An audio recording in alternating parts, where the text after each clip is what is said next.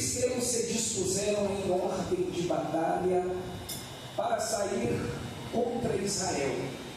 E estendeu-se a peleja, e Israel foi ferido diante dos filisteus, porque feriram na batalha no campo uns 4.000 homens. Podeis tomar os vossos assentos.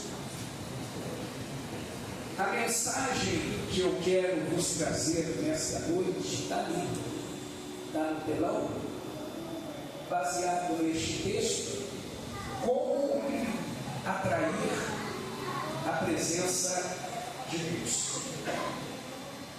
Você pode repetir comigo esse tema, todos juntos? Como atrair a presença de Deus.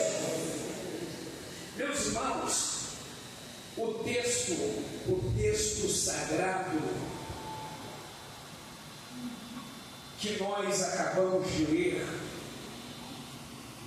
ou todos os textos que nós lemos na Bíblia Sagrada, eles foram escritos para dizer para nós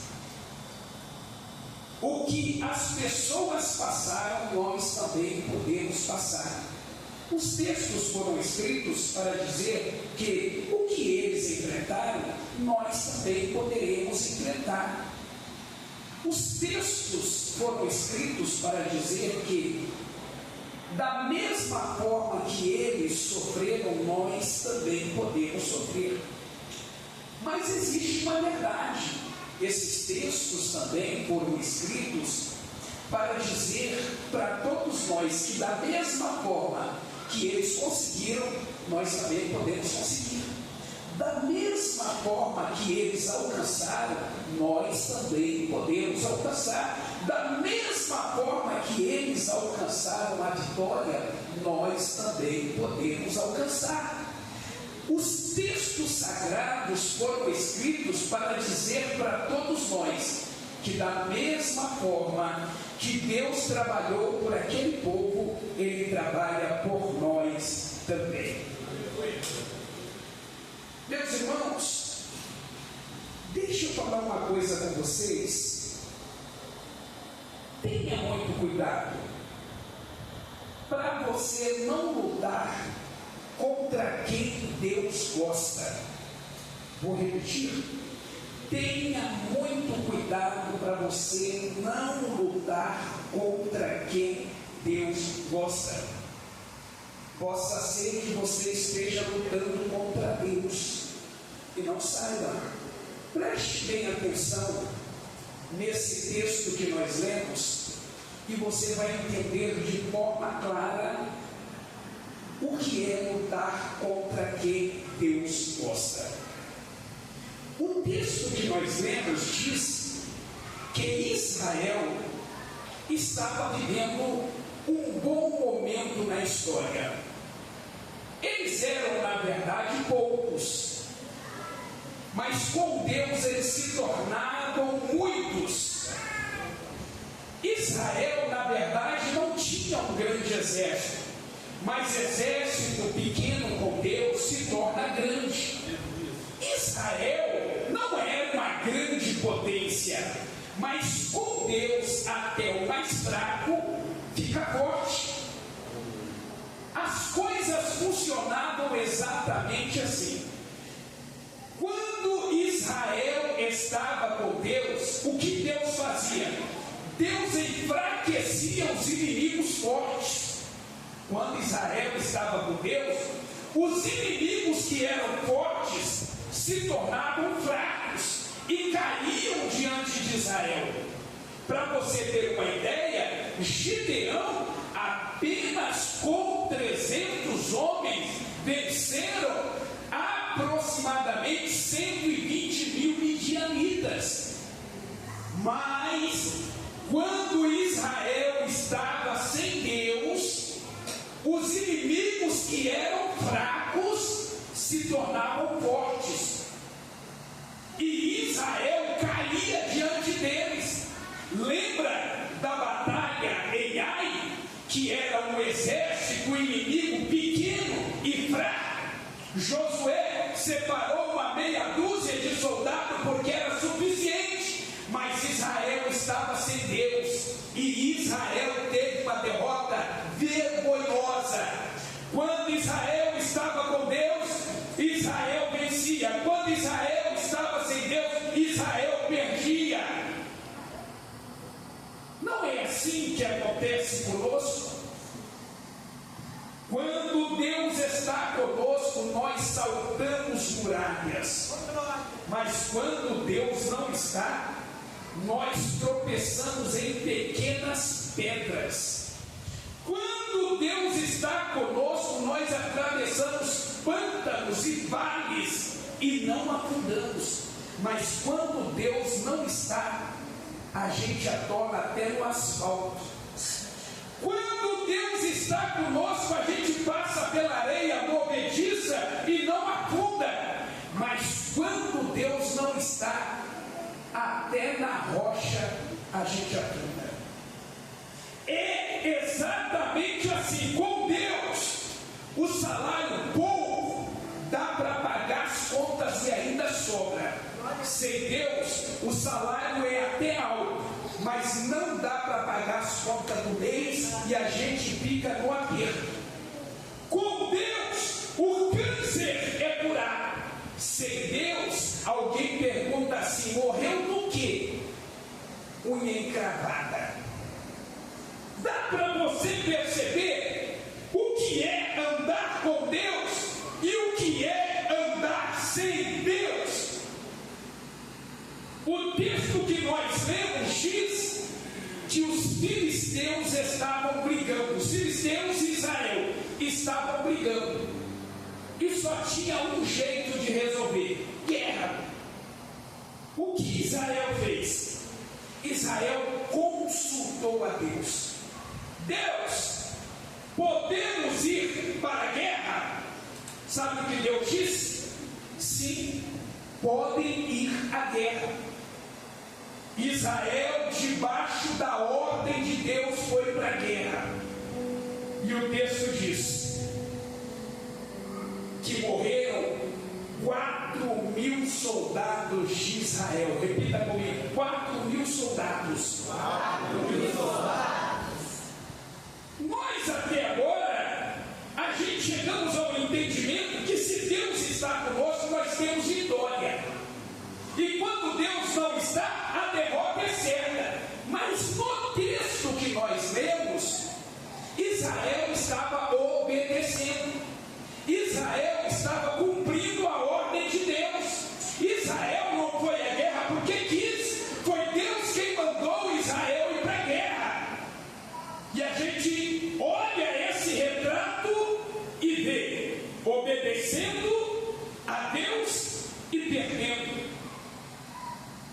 Mas pastor, o senhor não acabou de falar agora que se Deus está conosco, a vitória é certa, e quando Deus não está, é derrota?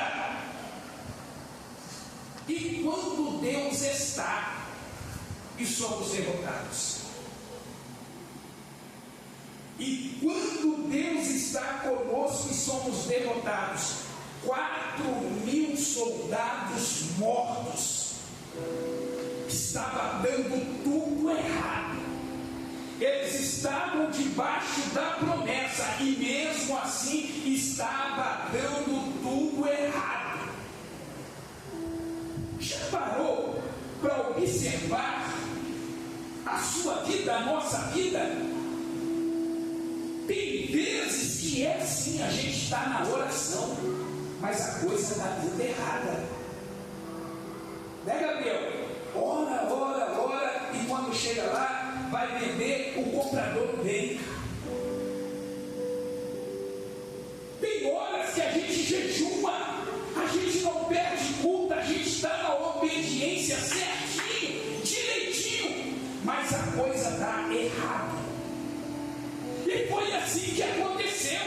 Israel estava decepcionado. O povo estava com a cara no chão, envergonhados, frustrados. Eles perderam 4.000 homens na batalha.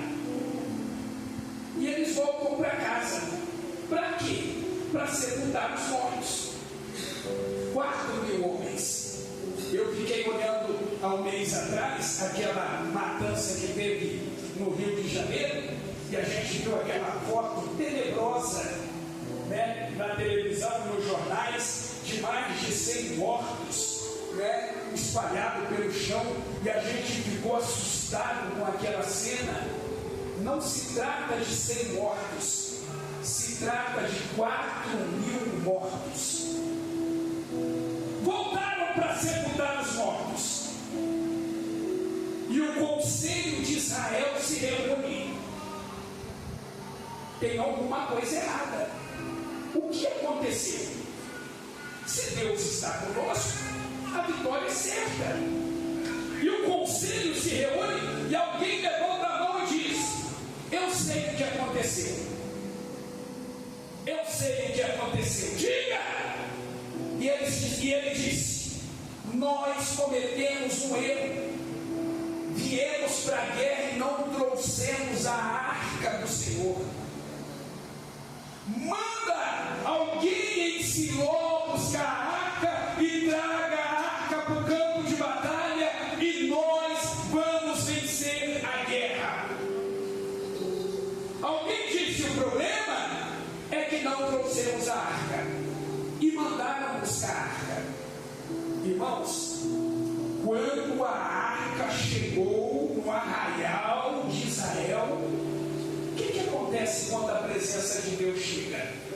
Glória a Deus, aleluia, louvado seja o nome do Senhor, línguas estranhas, poder descendo, cantando, batendo palma, rodopiando. O povo que tinha acabado de sepultar 4.000 homens, o povo que estava triste. Quando a arca chegou, o povo se alegrou e levantou um brado de glória tão grande. O povo gritava tanto, que o texto diz que a terra estremeceu. Irmãos, a glória foi tão grande que a terra estremeceu. Sabe aonde chegou o barulho? Lá no arraial dos filisteus, dos inimigos. O barulho foi tão grande que chegou lá no arraial dos filisteus. Deixa eu fazer uma observação aqui rapidamente para você. A presença de Deus causa isso. Sem a presença de Deus, aqui, ó, por incrível que pareça, eu olhei ali para debaixo, a caneta caiu debaixo da cadeira. Até eu pedi para pegar ali você aquela caneta. Deixa eu pôr na teta mais nova. Não tem problema de coluna. Ali, alguém viu aquela caneta ali? Alguém viu essa caneta ali de baixo? E agora? Todos estão vendo essa caneta? Irmão, viver sem a presença de Deus é viver debaixo da cadeira, ninguém te vê. É viver no anonimato, ninguém te percebe. Olha só, todo mundo viu. A presença de Deus e anonimato não combinam. Quando Deus começa, já viu quando Deus começa a usar o profeta Natan? Todo mundo vê, todo mundo percebe, porque a presença de Deus faz isso. 4.000 homens mortos, decepcionados, frustrados, arrasados, tristes. Mas quando a presença de Deus chegou, o povo começou a glorificar a Deus. A presença de Deus é assim, ela traz holofote. Só para você entender o que é presença de Deus, preste bastante atenção. 1 Samuel capítulo 19, o texto diz que o rei Saul queria matar Davi. Saul queria porque queria matar Davi. Aí Saul descobriu aonde Davi estava. Davi estava na caverna, em uma caverna em Naiote. Saul então pegou um comandante com uma guarnição e deu uma ordem: vocês vão em Naiote, porque Davi está em uma caverna, e eu quero que vocês prendam Davi e nós vamos matá-lo. soldados foram para Naiote. Quando chegaram em Naiote, parecia a Assembleia de Deus, o ministério de Madureira lá. Davi estava com os profetas lá profetizando, a glória de Deus caiu, o fogo de Deus estava dentro da caverna. Quando os soldados chegaram com armas para prender Davi, quando eles botaram o pé na caverna, o poder de Deus que estava na caverna pegou eles. Eles colocaram a arma no chão e o texto diz que eles começaram a profetizar. Aí chegou a notícia para Saul: Saul, os homens que você mandou, tudo fraco, estão lá na caverna com Davi profetizando. Saul fez pela segunda vez e aconteceu o mesmo. Fez pela terceira vez e aconteceu o mesmo. Na quarta vez, sabe o que Saul disse? Cambada de homem fraco, homens frouxos, eu mesmo vou lá capturar Davi. Formou uma grande guarnição e foi para Naiote atrás de Davi. Quando Saul, furioso Saul, poderoso Saul, botou o pé na caverna, o poder de Deus que estava na caverna pegou Saul também. E Saul deixou as armas e começou a profetizar. E sabe o que o texto diz?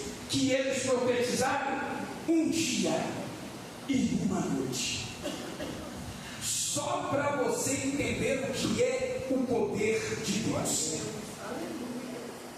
Quando a arca chegou e houve aquele barulho, aquele alvoroço, os filisteus lá do outro lado não entenderam nada. Nem pode. Perderam 4.000 homens. Acabaram de sepultar 4.000 homens. Que barulho é esse? Que barulho é esse? Aí alguém disse para o rei: é uma tal caixinha que eles têm lá, que é a arca do Deus deles. A arca está lá no meio e eles são igual doidos, todo mundo rodando, pulando, rodopiando.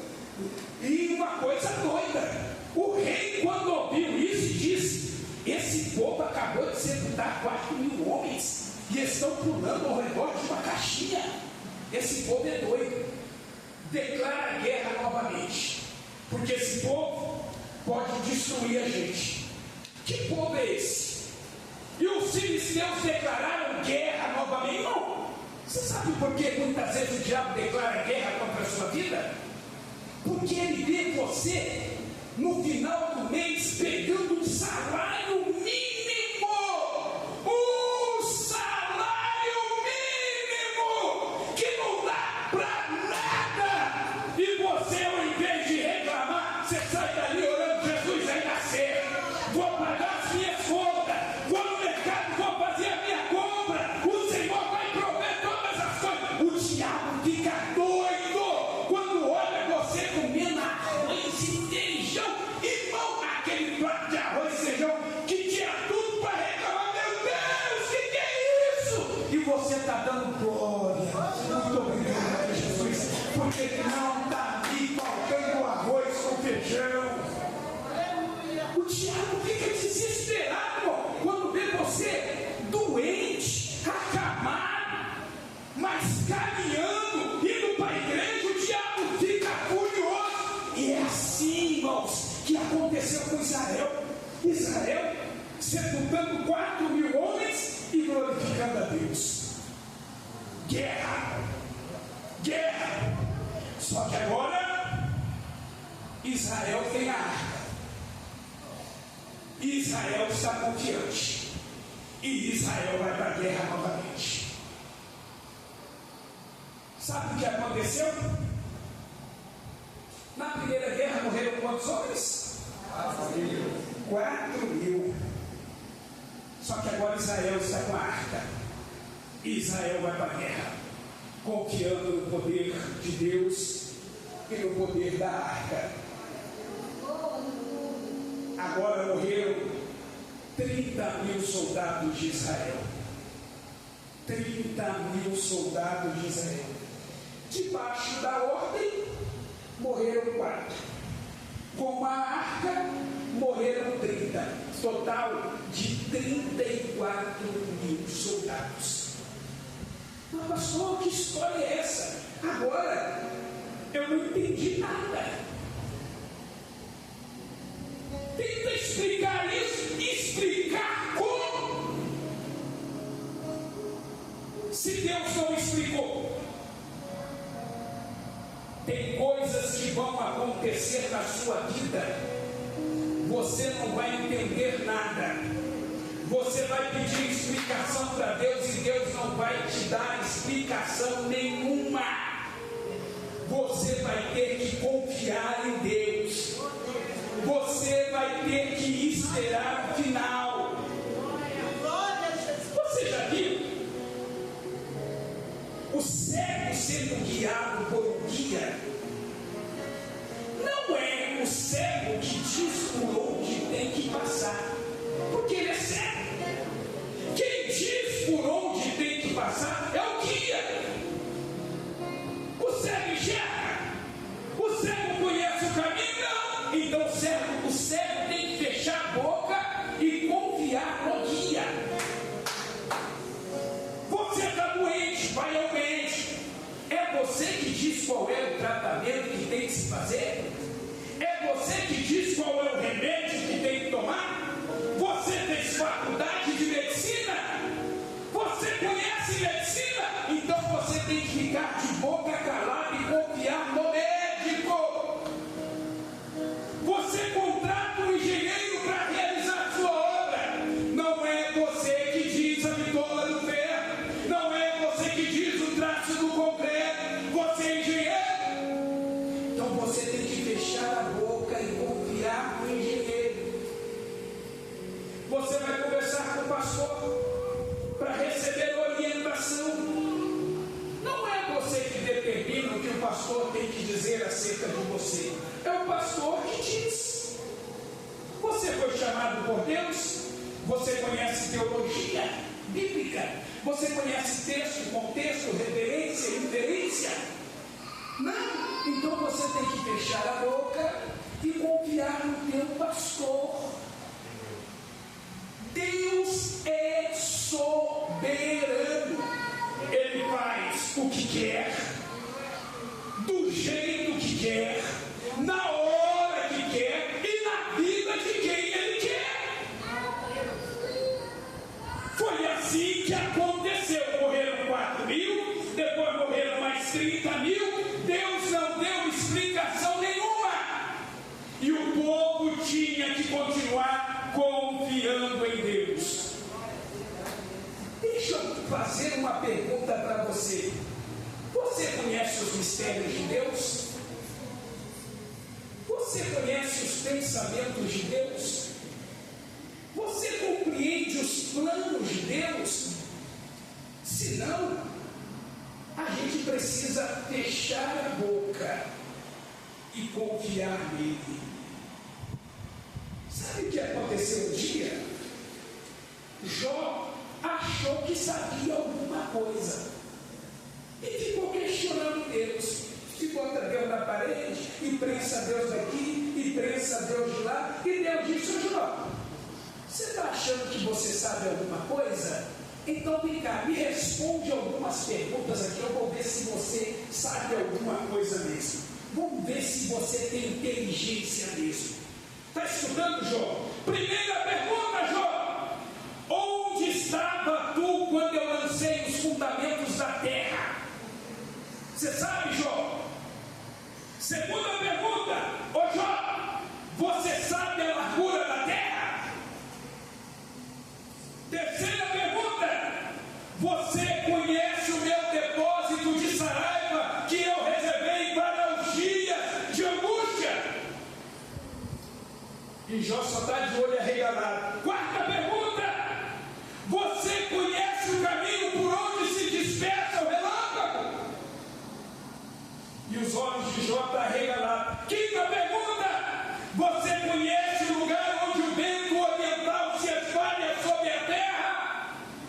E Jó engasgou, porque não sabia dar nenhuma resposta.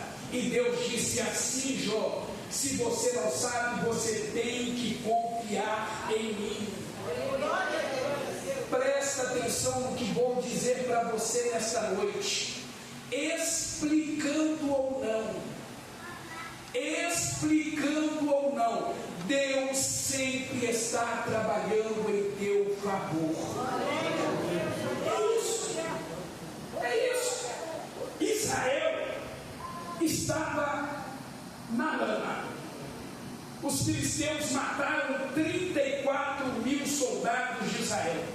Mas isso não foi o pior. Aconteceram coisas muito piores do que isso. Porque os 2 filhos do sacerdote Eli morreram também na batalha, Hofni e Finéias. E quando Eli ficou sabendo que os seus filhos morreram e que o inimigo roubou a arca, o sacerdote caiu da cadeira e morreu. Os inimigos levaram o bem mais precioso. Além de matar 34.000 soldados, além de provocarem a morte do sacerdote, eles ainda roubaram o bem mais precioso que Israel tinha. A moral de Israel estava lá embaixo. Levaram a arca da aliança. Eles estavam zombando de Israel. O nosso Deus é maior. Irmãos, cuidado para você não lutar contra quem Deus gosta. E Deus gostava e gosta de Israel. Sabe o que eles fizeram? Depois dessa desgraça toda, eles pegaram a arca e levaram para a terra deles. Chegando na terra deles, eles foram ao templo. O deus dos filisteus se chamava Dagon. Eles foram ao templo e colocaram, pega aqui na ponta desse pedestal aqui, e colocaram a arca,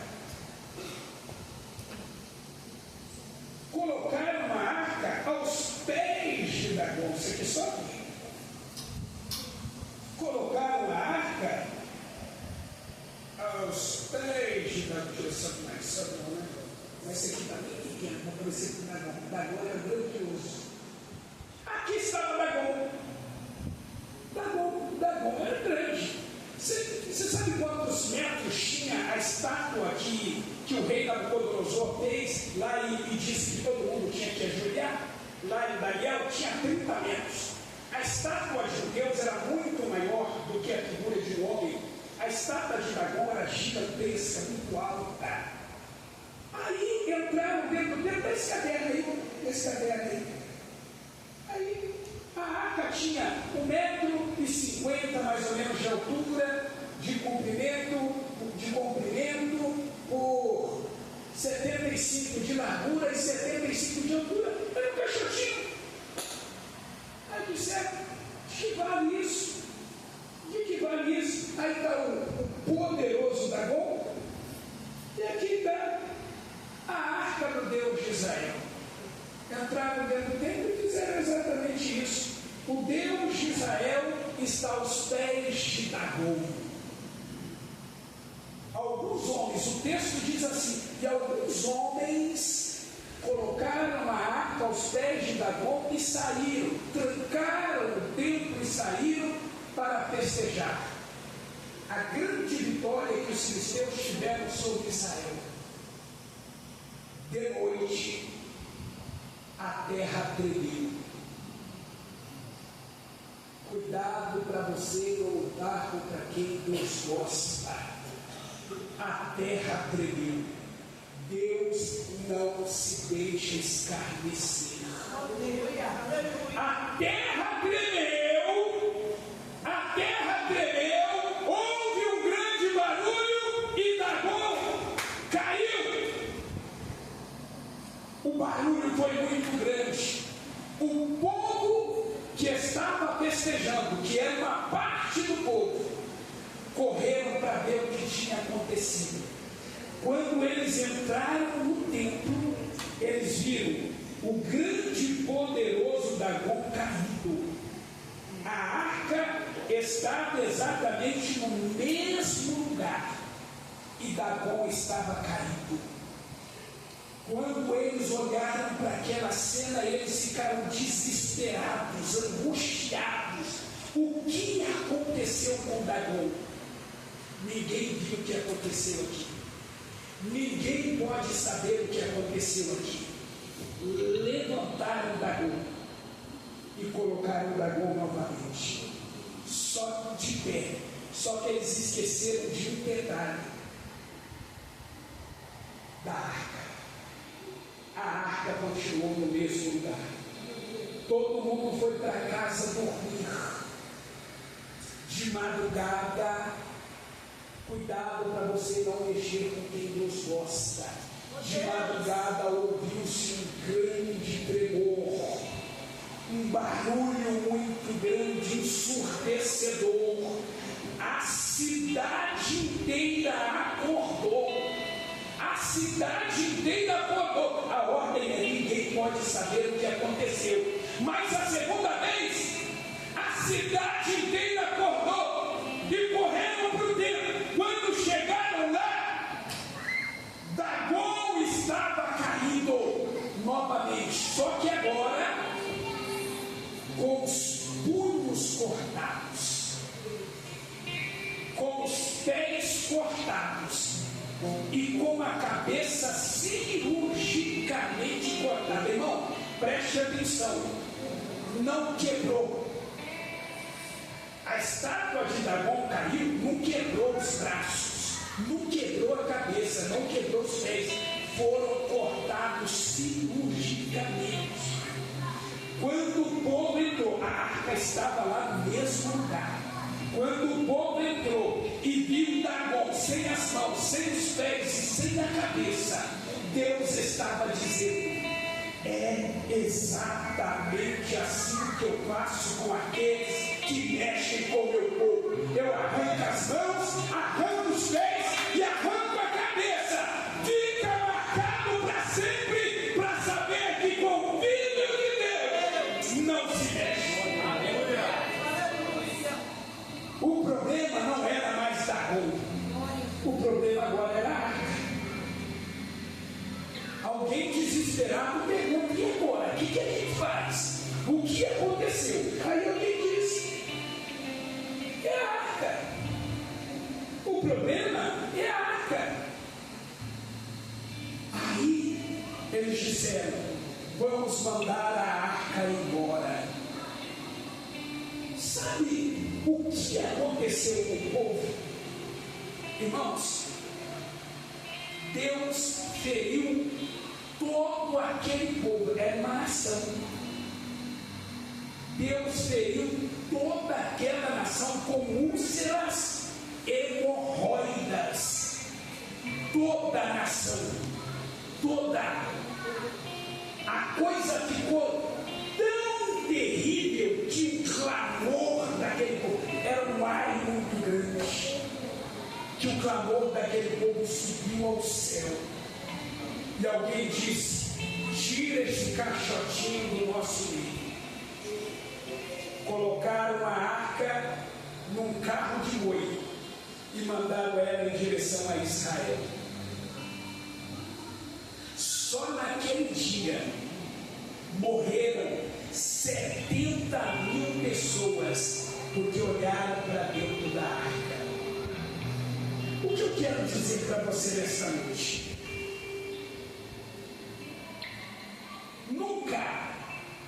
Nunca se indisponha. Você já viu testemunhos de pessoas que eram macumbeiros, que eram feiticeiros e tentaram contra um crente, e o que aconteceu no final são dezenas de testemunhos. Nunca brigue, nunca questione, nunca duvide, nunca brigue com alguém que Deus gosta, porque Deus pode comprar essa briga. Eu termino a minha palavra dizendo para você nessa noite: o bem mais precioso que temos é a presença de Deus. Você vê, às vezes a gente chega aqui meio na baixa, meio desanimado, aí alguém começa a cantar, aí alguém se levanta, aí alguém bate palma, daqui a pouquinho a tristeza foi embora, daqui a pouquinho você já está com as mãos para cima também, você até se esquece que na segunda-feira o gás acabou, que você não tem gás para cozinhar, você se esquece que na segunda-feira tem uma fatura para pagar, você começa a se alegrar. A presença de Deus é o combustível para você viver nesse mundo.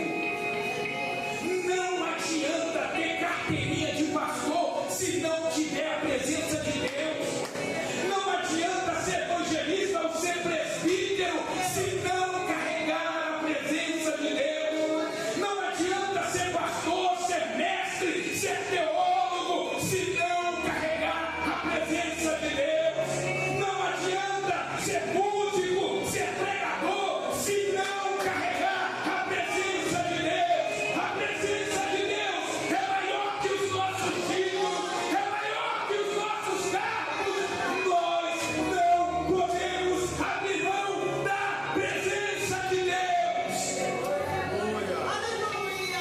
O diabo não respeita os seus cargos, o diabo não respeita os seus títulos, o diabo não respeita os seus dons, mas o diabo respeita a presença que você carrega dentro de você.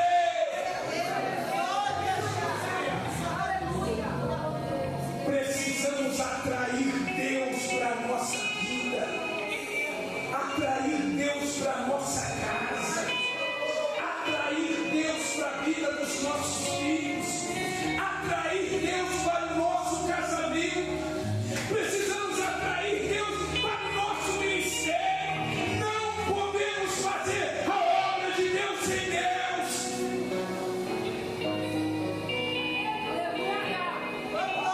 E se alguém se levantar contra você, se alguém se levantar contra você, fique tranquilo, porque o próprio Deus vai guerrear as suas guerras, o próprio Deus vai pelejar por você. Mesmo que você não esteja entendendo nada, há um Deus trabalhando nesse exato momento pela sua vida.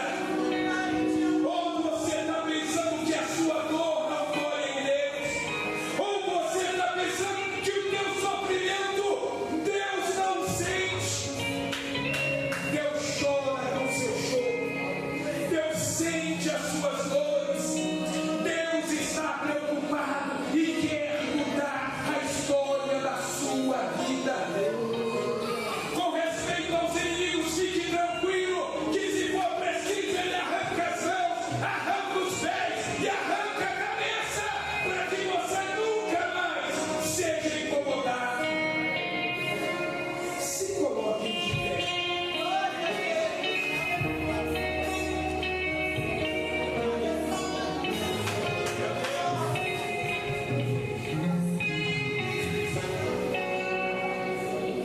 Deixa eu falar uma coisa com vocês aqui, nós já vamos voltar.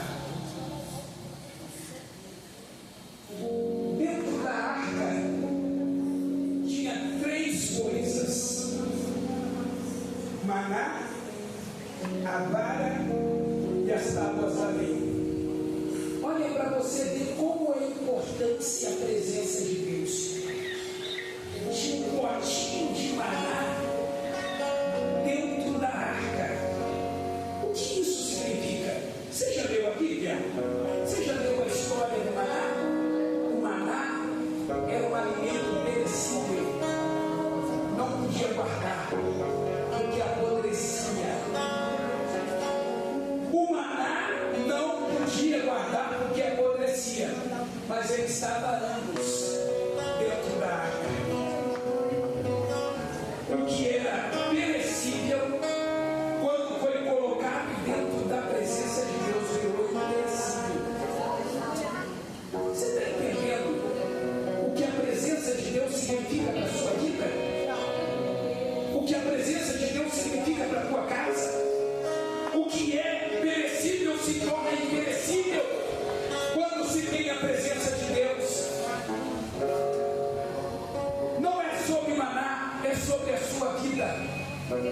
sobre você carregar a presença